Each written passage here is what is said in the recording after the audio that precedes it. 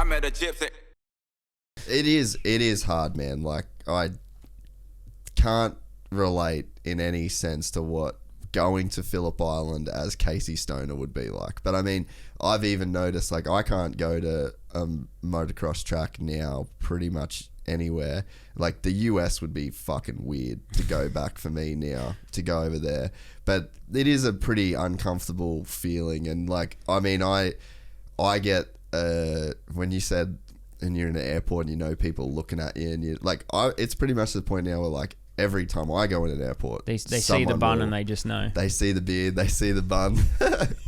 But there's a weird thing internally that happens when you start to expect that's like a weird intermediary step. Yeah. I think that's probably the weirder thing than actually getting recognized, is that there's this step before you go somewhere where you know you will get recognized. Yep. That to me seems like more of the weird part. And that ends up stopping me from going places and doing things because I just don't want. I've got apprehension. I've got all these things I just don't want to happen. So then, yeah. So I can't relate to the level, but I've got that feeling now of there's like, if I know that there's a place where I'm gonna go, because I guess that's like the weird part about any kind of fame, right? So like Justin Bieber's fame is one end of the spectrum.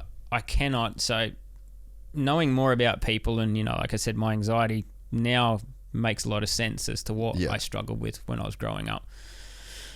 I cannot possibly understand how, people like Justin Bieber can handle all that fame. Well, they can't. I know they can't, but they still do. And then they go and they'll produce more music to get more attention and more movies and all this sort of stuff. Like, they'll keep going, and I'm just like, how?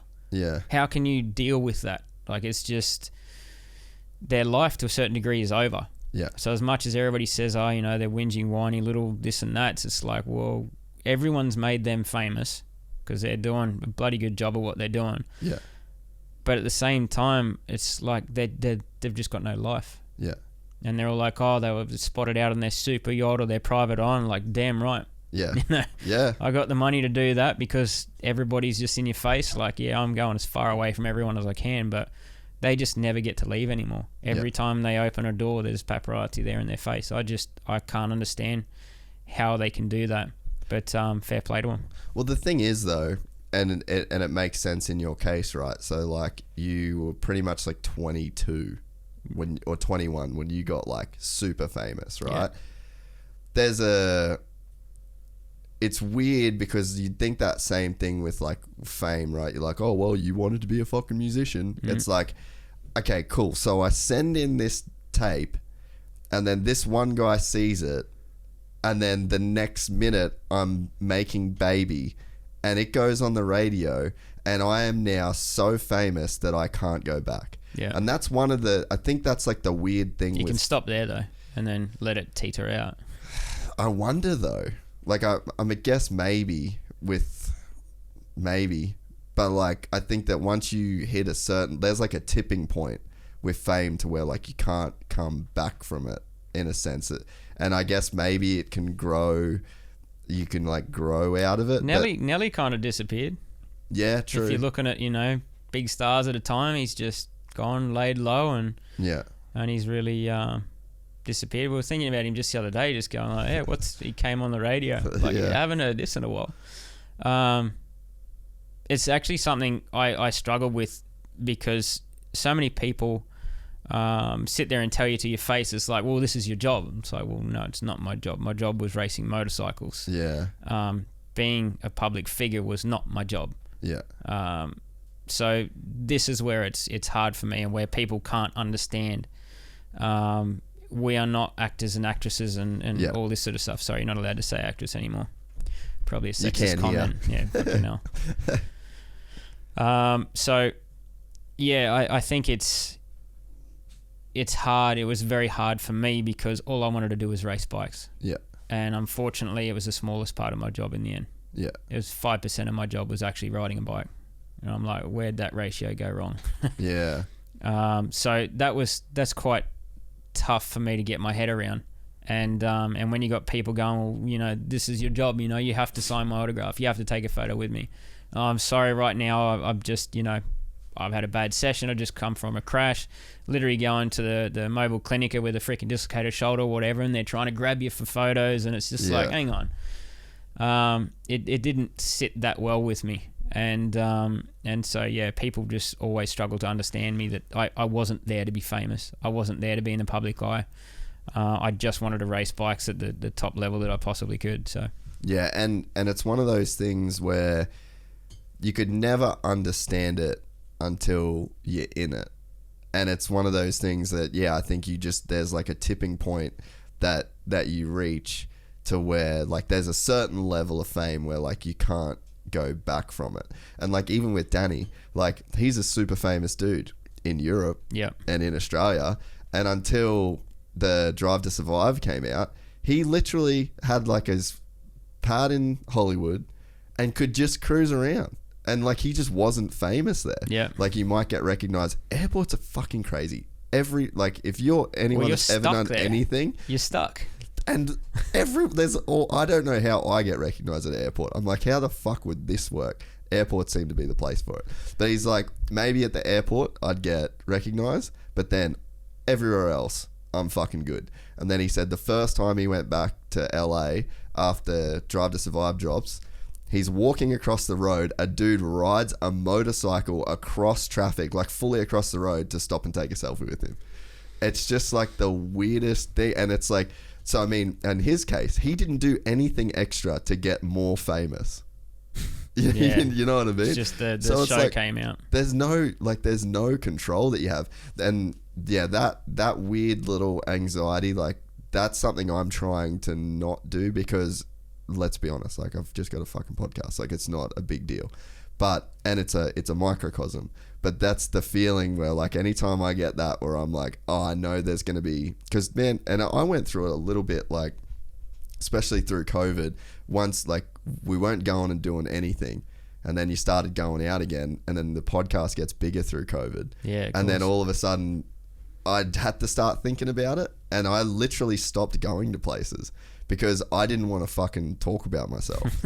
I was like, dude, you're going to ask me shit that I don't really want to talk about, and I don't know you that well, so I don't have anything to ask you about. You don't want to become rude. And so I'm going to look like a fucking idiot that's talking about myself the whole time, you know?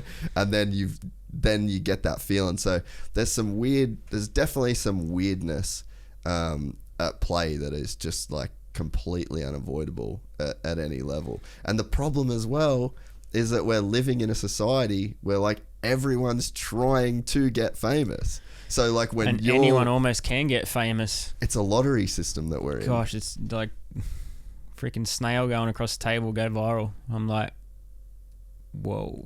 What are we watching right now, and what's entertaining to everybody? Like feels like a very, very shallow society at the moment.